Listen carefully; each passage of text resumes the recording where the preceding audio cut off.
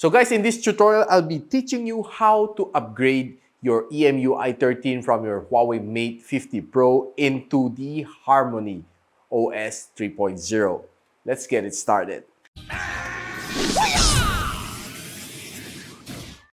Hi guys, it's me, Richmond of Gadget Sidekick, and welcome back to my channel. So in this tutorial, I'll be walking you through step by step on how to make this one, the EMUI 13 that I'm using right now. So let me show it to you. So we'll be switching this over to Harmony OS. So right now we are running EMUI 13 by default.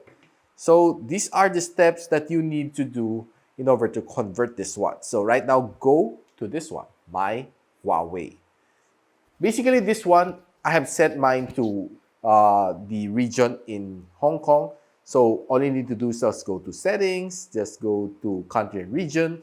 By default, it's set to whatever country you are. So right now, you can set it to Hong Kong, China. Basically, that's the only one that has a update to Harmony OS 3.0. So let's just simply go out and go to this icon. This is basically home, and drag all the way down. You can see Harmony OS. This one is to search for update for Harmony OS. So right now it is searching, and you can see that we need to update a 6.19 gigabyte of files. So these are the changelog. These updates introduce Harmony OS 3.0, blah blah blah. And these are the changelogs. All you need to do is just download and install, and you're done. And if you want to revert this one back to EMUI 13, you need to use the high suite from Huawei and a PC in order to turn this back to EMUI 13.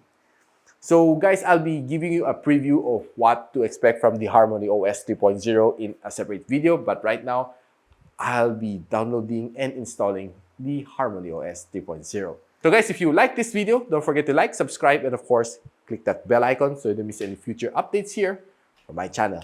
And so I'm Richmond, and you're watching Gadget Sidekick. What's up?